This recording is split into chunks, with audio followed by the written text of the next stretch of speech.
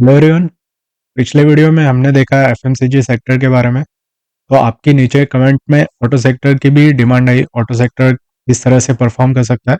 तो ये जो पूरा वीडियो रहेगा वो ऑटो सेक्टर के रिगार्डिंग रहेगा, किस तरह से ऑटो सेक्टर परफॉर्म कर रहा है और आगे किस तरह का इसका ग्रोथ यहाँ पे रिपोर्ट के अनुसार हमें दिख रहा है, वो हम इस वीडियो में डिस्कस करने वाले हैं।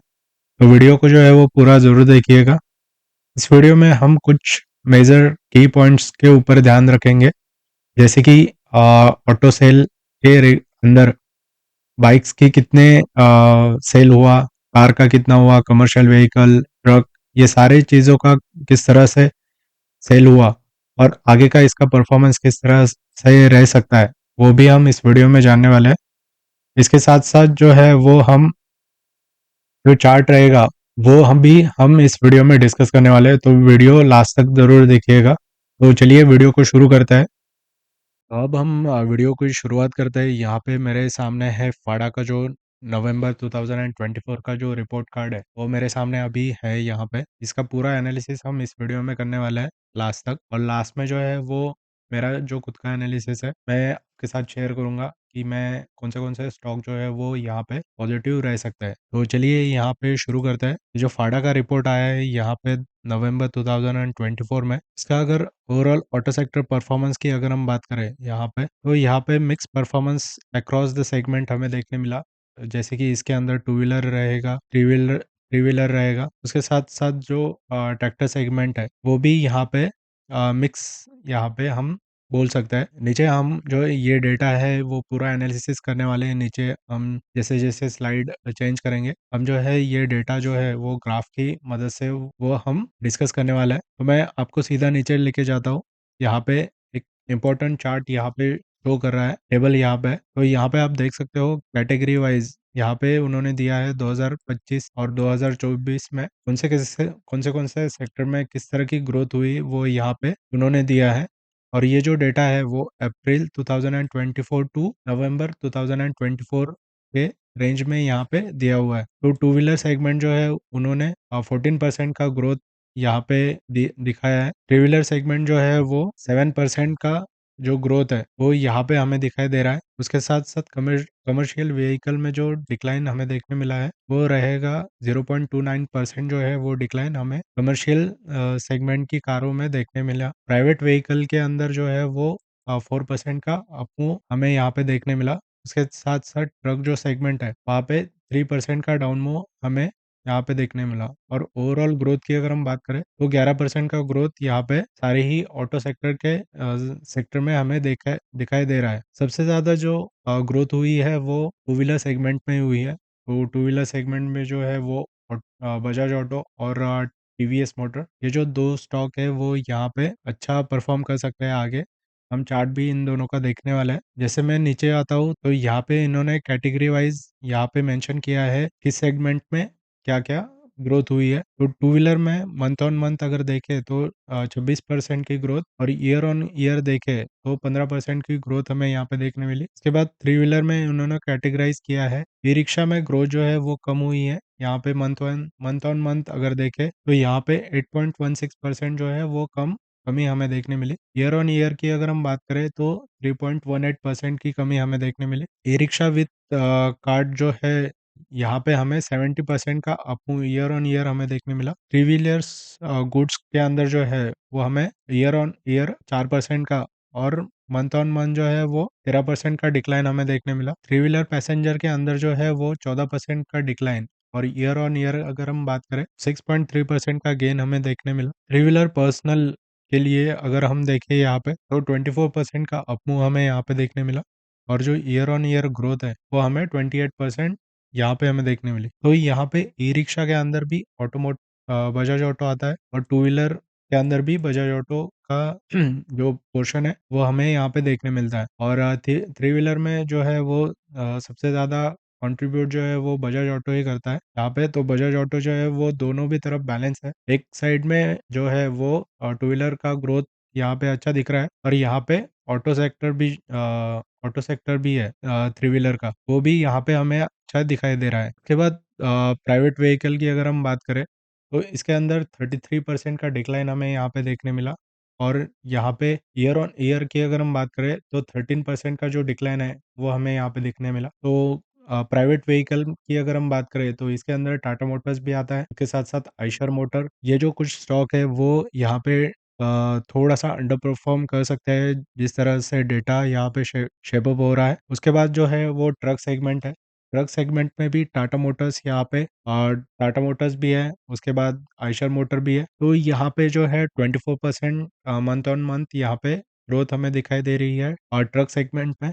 और ईयर ऑन ईयर की अगर हम बात करें वो 29% की है। उसके बाद कमर्शियल व्हीकल की अगर हम बात करें तो यहाँ पे 15% का डिक्लाइन हमें देखने मिला और जो ईयर ऑन ईयर की अगर हम बात करें तो यहाँ पे 6% का डिक्लाइन हमें यहाँ पे देखने मिला। इसी के कारण जो है आपने देखा होगा कि बहुत सारे जो कंपनियां ने टाटा मोटर्स, हुंडई ले लो या मारुति सुजुकी ले लो, इन्होंने बहुत सारी जो ऑफर है वो यहाँ पे दी थी पिछले महीने और इसका रीज़न जो है वो सेल का था और इन्वेंटरी जो है वो बहुत ज़्यादा हो चुकी थी। इसकी वजह से उन्होंने जो है वो ऑफर यहाँ पे दिया था। अगर हम नीचे आए तो यहाँ पे इन्होंने रेशो दिया है यहाँ पे 2024 से अप्रैल से यहाँ पे नवंबर तक जो है यहाँ पे दिया है इन्होंने और इसके अंदर कैटेगराइज किया है अर्बन में कितना सेल हुआ और रूरल में कितना सेल हुआ। टू व्हीलर की अगर हम बात करें तो यहाँ पे 64% रूरल में यहाँ पे सेल दिखाई दे रहा है और जो अर्बन में है वो डिक्लाइन जो है वो थोड़ा सा ज़्यादा 10% का डिक्लाइन हमें अर्बन सेगमेंट में देखने मिला है। यहाँ पे 35% नवंबर के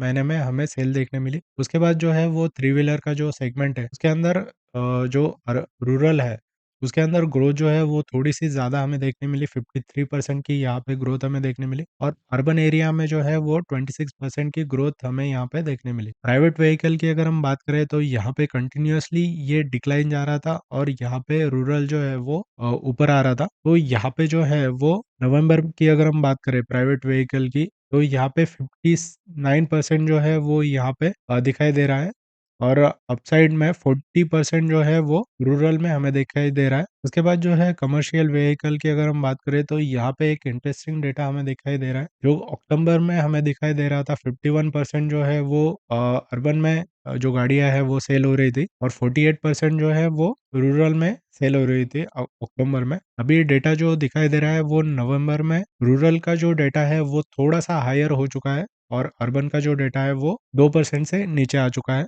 तो यहाँ पे आप देख सकते हो कि रूरल डिमांड जो है वो इस सेक्टर में ज़्यादा है। अब हम जो है वो यहाँ पे कैटेगरी वाइज़ उन्होंने दिया है जैसे कि ऊपर में हमने डिस्कस किया था कि मंथ ऑन मंथ ग्रोथ है और ईयर ऑन ईयर ग्रोथ है ऑटो इंडस्ट्री का। तो यहाँ पे ये पूरा डिटेल्स उन्होंने दिया है। थोड़ा-सा अगर हम नीचे जाएँ तो यहाँ पे इन्होंने जो स्टॉक है पर्टिकुलर मार्केट कैप है उसके रिगार्डिंग उन्होंने जो है वो कैटेगरी किया है और यहाँ पे ईयर ऑन ईयर कंपैरिजन यहाँ पे हमें दिखाई दे रहा है। तो यहाँ पे हीरो मोटोकॉर्प की अगर हम बात करें तो यहाँ पे मार्केट शेयर जो है वो 35% है और नवंबर में उन्होंने 0.65% जो है उन्होंने यहाँ पे गेन किया है। उसके बाद जो है होंडा मोटर्स जो है इन्होंने नवंबर में इनका जो मार्केट शेयर था वो 25% का था और नवंबर 23 में इनका जो मार्केट शेयर है वो 22% जो है इनका मार्केट शेयर था। तो इन्होंने जो है वो मार्केट शेयर जो है वो गेन किया है। उसके बाद टीवीएस मोटर की अगर हम बात करें तो नवंबर में पिछले नवंबर 23 में 16% का था और इस ईयर के यहाँ पे नवंबर में भी इनका 16% का जो है उतना ही है। यहाँ पे ऑटो ग्रुप का जो पूरा सेक्टर है उन्होंने नवंबर 23 में उनका जो था वो 12% था, अभी जो है वो 11% है। ऐसे ही इन्होंने पूरा जो सेगमेंट है सेक्टर वाइज़ उन्होंने दिया है। सबसे ज़्यादा आप टॉप 3 कंपनीज़ देख रहे हो सॉरी टॉप 4 कंपनी अगर देख रहे हो, तो ये जो है ये पूरा सबसे ज़्यादा वेटेज जो है यहाँ पे देती है ऑटो इंडेक्स को। यहाँ पे आप देख सकते हो हीरो मोटोकॉर्प 35%, होंडा मोटर्स 25%, उसके बाद टीवीएस मोटर जो है वो 16% और बजाज ग्रुप के सारे ही सेक्टर जो है वो 11% का जो वेटेज है वो यहाँ पे देती है। अभी हमने देखा पूरा डेटा जो है वो किस तरह से दिखाई दे रहा है पाड़ा का जो ये रिपोर्ट है। अभी हम जो है वो देखेंगे कि चार्ट जो है वो किस तरह से यहाँ पे दिखाई दे रहा है। तो जल्दी से मैं यहाँ पे चार्ट ओपन करता हूँ। अगर अब तक आपने चैनल को सब्सक्राइब नहीं किया तो सब्सक्राइब कर दो पहले, तो और बेल आइकन भी दबा दो, तो नेक्स्ट वीडियो भी आपको जो है वो रिकमेंड की लिस्ट में आ जाएगा। तो करंटली मार्केट जो है वो चल रहा है निफ्टी आगे यार, निफ्टी की अगर हम बात करें तो 23,600 के पास, 650 के पास निफ्टी ट्रेड कर रहा है, लेकिन हम ऑटो इंडेक्स देखने वाले हैं, निफ्टी ऑटो इंडेक्स। चलो अभी इसका मैं जो है वो पहले डेली चार्ट से जो है हम शुरुआत करते हैं ऑटो इंडेक्स की, और यहाँ पे थोड़ा सा बड़ा मूव हम देखते हैं ऑटो इंडेक्स का। यहाँ पे ये जो है ये 2024 से, ओके, 2024 से 2025 तक जो है वो हम देखेंगे। अगर हम यहाँ पे देखें जनवरी, 1 जनवरी से, ठीक है, यहाँ पे 1 जनवरी से लेके अब तक जो है इसने 50% का जो अपमूव है ऑटो इंडेक्स ने दिया था। टॉप जो है वो यहाँ पे 27,700 के पास जो है वो ऑटो इंडेक्स ने टॉप बनाया था, और वहां से अगर हम देखें ऊपर से, ये जो टॉप बना था वो सितंबर में बना था, और वहां से अगर हम देखें तो यहाँ पे ऑलमोस्ट ऑलमोस्ट 20% का जो डाउन मूव है, मतलब टॉप से, वो हमें ऑटो इंडेक्स में दिखाई दे रहा है, क्योंकि यहाँ पे कंटिन्यूअसली जो इस रेंज में जो है यहाँ पे यहाँ पे ये गैप डाउन हुआ था, इस रेंज में न्यूज आई थी कि जो सारे ही ऑटो सेक्टर के जो इन्वेंटरी है वो अभी बढ़ रही है, और सेल जो है वो बहुत ही कम हो रहा है यहाँ पे, तो ये और सारे ही सेगमेंट में हमें दिखाई दे रहा था। इसकी वजह से जो है ये यहाँ पे नीचे हमें एक डिप देखने मिला, और कंटिन्यूअसली ये नीचे की तरफ अब जा रहा है। यहाँ पे आप देख सकते हो, यहाँ पे आप कंटिन्यूअसली अब ये नीचे की तरफ जा रहा है। यहाँ पे एक इंटरेस्टिंग पैटर्न बन रहा है, अगर आपको पैटर्न अगर पता होगा तो यहाँ पे एक राउंडिंग टॉप जैसा पैटर्न यहाँ पे मुझे दिखाई दे रहा है, और ये मतलब ब्लाइंड आईज से भी यहाँ पे राउंडिंग टॉप हमें यहाँ पे दिखाई दे रहा है, और यहाँ पे आज के दिन जो है इसने ब्रेक डाउन दिया है। तो यहाँ पे नीचे का अगर हम सपोर्ट देखें, यहाँ पे अगर फेबोना के रिट्रेसमेंट की अगर हम बात करें, और यहाँ पे अगर हम वीकली चार्ट पे भी अगर चले जाए, ठीक है, वीकली चार्ट पे भी अगर हम चले जाए, तो यहाँ पे पहले जो है वीकली चार्ट का जो एनालिसिस है वो कर लेता है। यहाँ पे आप देख सकते हो कंटिन्यूअसली यहाँ से 2000 के यहाँ पे ये जो है ये कोविड का लो था, ये कोविड का लो था, ठीक है, ये कोविड का लो था, और यहाँ से कंटिन्यूअसली जो है ये ऊपर की तरफ जा रहा है। आप देख रहे हो एक छोटा सा डिप आया, फिर से एक अप मूव, डिप आया, फिर से एक अप मूव, यहाँ पे कंसोलिडेट किया, ठीक है, यहाँ पे ब्रेकआउट दिया इसने, और यहाँ से आप देख सकते हो वन साइडेड रैली हमें ऑटो इंडेक्स में देखने मिली 2023 से लेके 2024 तक, मतलब 2 साल में पूरा जो ऑटो इंडेक्स है 12,000 का, वो डबल हो चुका था 2 साल में। मतलब 2 साल में ऑटो इंडेक्स जो है यहाँ पे डबल हो चुका था, स्टॉक जो है वो मल्टीपल एक्स हो चुके थे यहाँ पे। तो यहाँ पे ऊपर से अगर हम देखें तो जैसे कि मैंने बताया 20% जो है वो ऊपर से डाउन था। अभी जो है इसका लेवल कहाँ पे बनकर आ रहा है, जो लॉजिकल लेवल यहाँ पे मुझे दिखाई दे रहा है वो ऑलमोस्ट होगा 20,000 का फर्स्ट सपोर्ट यहाँ पे ऑटो इंडेक्स ने लेना चाहिए। इस अगर रेंज में अगर आता है ऑटो इंडेक्स, तो यहाँ पे हम सोच सकते हैं कि ऑटो इंडेक्स में जो है वो जो ऊपर से जो नीचे आ रहा था डाउन मूव है, यहाँ पे ये रुक सकता है। अगर यहाँ पे सेंटिमेंट अगर अच्छा रहेगा तो यहाँ पे ऑटो इंडेक्स होल्ड आउट करेगा, वरना यहाँ पे नीचे का जो रास्ता है वो 16,000 का जो रास्ता है वो भी मुझे यहाँ पे दिखाई दे रहा है, 18,000 टू 16,000। एग्जैक्ट हम प्रेडिक्ट नहीं कर सकते यहाँ पे किस लेवल पे ये आ सकता है, लेकिन अप्रोक्सीमेटली ये जो है वो 16,600 से लेके 18,000 की रेंज में यहाँ पे ऑटो इंडेक्स आ सकता है, अगर इसके साथ जो है वो कुछ यहाँ पे टैक्स में अगर कुछ अच्छा नहीं हुआ इसके लिए, इसके साथ, तो यहाँ पे ये नीचे भी आ सकता है। तो यहाँ पे आप वीकली चार्ट भी देख सकते हो, ये पिछला जो वीक था उसके अंदर 5% ये डाउन था, और अभी कंटिन्यूअसली ये ब्रेक डाउन होके नीचे ही जा रहा है। ऑटो इंडेक्स से जो है वो थोड़ा सा दूर रहेगा। अभी हम इसके रिगार्डिंग 2 स्टॉक भी डिस्कस करने वाला है, एक बजाज ऑटो, टीवीएस मोटर, और साथ साथ कॉम्प्लीमेंट्री हम टाटा मोटर्स के बारे में भी हम यहाँ पे देखेंगे, क्योंकि टाटा मोटर्स बहुत सारे लोगों के पास यहाँ पे है इसकी वजह से। तो शुरू करते हैं पहले बजाज ऑटो से। तो बजाज ऑटो का अगर हम यहाँ पे चार्ट देखें तो ऊपर इसने हाई लगाया था 12,700 के पास, इसने हाई लगाया था, वहां से 30% ये डाउन हो चुका है। और ये जो डाउन मूव है पहले कब आया था पता है, यहाँ पे आया था, देखो कोविड के टाइम ये गिरा था कितना परसेंट, 50%, ओके 50% ये ऊपर से डाउन था। तो यहाँ पे भी ये जो है ये अभी 30% डाउन है, लेकिन यहाँ पे एक जो सिनारियो बनकर आ रहा है कि ये जो कंटिन्यूअसली अपमूव दे रहा था बजाज ऑटो, यहाँ पे ये जो है वो इसकी वजह से ही नीचे आ रहा है। लेकिन यहाँ पे बजाज ऑटो जो है वो यहाँ पे स्ट्रांग लग रहा है, क्योंकि नीचे में जो है ये 8500 और 8000 का जो है वो स्ट्रांग सपोर्ट यहाँ पे बजाज ऑटो में निकल कर आ रहा है। लेकिन यहाँ पे हम थोड़ा सा कॉशियस रहेंगे, क्योंकि सारे ही ऑटो सेक्टर के जो स्टॉक है वो यहाँ पे डाउन मूव दे सकता है, क्योंकि कंटिन्यूअसली ये रैली दे रहा था पिछले 3 साल से कंटिन्यूअसली वन साइडेड रैली दी इसने। अब ये थोड़ा सा यहाँ पे कंसोलिडेट करेगा, यहाँ पे इस रेंज में ये कंसोलिडेट कर सकता है। उसके बाद ये रेंज को अगर ब्रेक करता है किसी भी डायरेक्शन में, तो उस डायरेक्शन में हम ट्रेड यहाँ पे इनिशिएट कर सकते हैं। अगर हम बात करें तो इन्वेस्टर का अच्छा लेवल अगर आएगा, ये लेवल 8000 का जो लेवल है अगर बजाज ऑटो में आता है, तो वहां पे हम जो है वो एक छोटा सा जो अमाउंट है वो ऐड कर सकते हैं यहाँ पे, क्योंकि बजाज ऑटो एक अच्छी कंपनी है, ई रिक्शा में भी है।